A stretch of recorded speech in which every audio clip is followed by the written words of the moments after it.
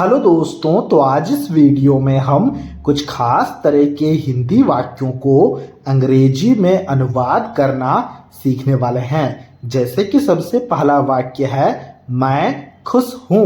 इसी प्रकार का दूसरा वाक्य है तुम गरीब हो। तो इस तरह के हिंदी वाक्यों को कैसे हम अंग्रेजी में अनुवाद करेंगे, यही हम आज के इस वीडियो में सीखने वाले हैं। तो शुरुआत हम सबसे पहले वाक्य से करते हैं। पहले वाक्य में है मैं खुश हूं। तो मैं का अंग्रेजी में मतलब क्या होता है? वो होता है आई। तो हमने यहाँ पर आई लिखा। फिर हूं लिखा गया है, तो इस हूं के लिए लिखना होगा एम। तो हमने लिखा आई एम। ठीक है, क्योंकि आई के साथ में हमेशा एम लगता है। तो आई एम का मतलब हो गया मैं हूं। फिर देखो लिखा गया है खुश। तो खुश का अंग्रेजी में मतलब क्या होगा? खुश का अंग्रेजी में मतलब होगा हैप्पी। तो हमने यहाँ पर हैप्पी लिखा। तो ये क्या बन गया देखो? तो ये बन गया है आई एम हैप्पी, मतलब मैं खुश हूं। इसी प्रकार से अगले वाक्य को देखना। अगले वाक्य में लिखा गया है तुम गरीब हो। तो तुम के लिए हम क्या लिखेंगे?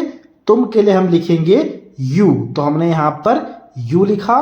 फिर देखो यहाँ पर हो लिखा गया है। तो इस हो के लिए हमें आर शब्द का प्रयोग करना है। आर हमने क्यों लिखा?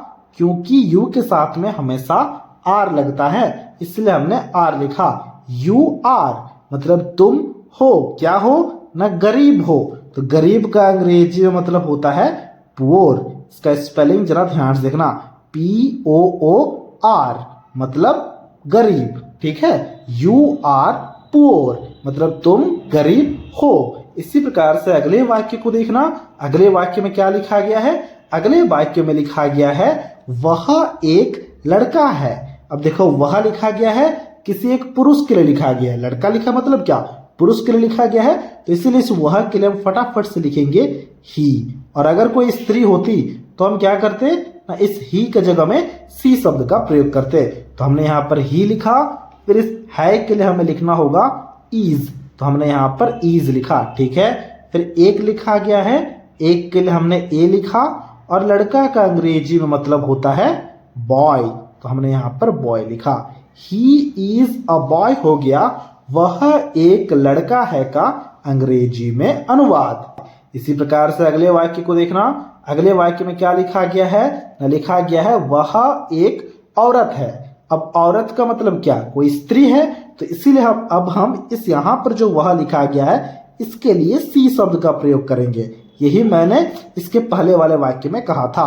देखो वह के लिए हमने सी लिखा, यहाँ पर वह के लिए हमने ही लिखा, क्योंकि यहाँ पर लड़का था यानी कि पुरुष था, और यहाँ पर औरत है यानी कि स्त्री है। तो हमने यहाँ पर सी लिखा है। फिर इस है के लिए लिखना होगा ईज। तो हमने ईज लिखा। एक के लिए लिखना होगा ए। तो हमने ए लिखा। और औरत का अंग्रेजी में मतलब क्या होता है?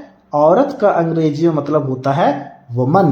तो हमने यहाँ पर वुमन लिखा। ठीक है, तो ये क्या बन गया? सी इज अ वुमन मतलब वह एक औरत है ना। अगले वाक्य में क्या लिखा गया है? ना अगले वाक्य में लिखा गया है वह एक लड़की है। अब देखो लड़की लिखा गया है, इसलिए हम यहाँ पर वह जो लिखा गया है इसके लिए सी शब्द का प्रयोग करेंगे, यानी कि कोई एक स्त्री है। ठीक है, फिर इज के लिए हमने यानी कि है के लिए हमने इज लगाया। एक के लिए हमने ए लिखा। और लड़की का अंग्रेजी में मतलब होता है गर्ल। तो हमने यहाँ पर गर्ल लिखा। तो ये बन गया है सी इज अ गर्ल मतलब वह एक लड़की है। इसी प्रकार से यहाँ पर जो छठे वाक्य है, अब इसके ट्रांसलेशन को अभी आपको खुद से करना है। छठे वाक्य में क्या लिखा गया है? लिखा गया है वह एक आदमी है। अब इसके ट्रांसलेशन को अभी आपको खुद से करना है। अब देखो आदमी का अंग्रेजी में मतलब होता है मैन। मैं यहाँ पर लिख देता हूं ताकि आपको ट्रांसलेशन को करते वक्त कोई भी प्रॉब्लम ना हो। अब आप ट्रांसलेशन को काफी आसानी से कर पाओगे। ट्रांसलेशन को खुद से करना है और हमसे कमेंट बॉक्स में जरूर से जरूर शेयर करना है। तो ये था आज का वीडियो। अगर आपको ये वीडियो अच्छा लगा है तो इस वीडियो को एक लाइक जरूर से जरूर कर देना। और कुछ इसी प्रकार के वीडियोस को देखने के लिए आप हमारे चैनल को भी सब्सक्राइब कर सकते हो।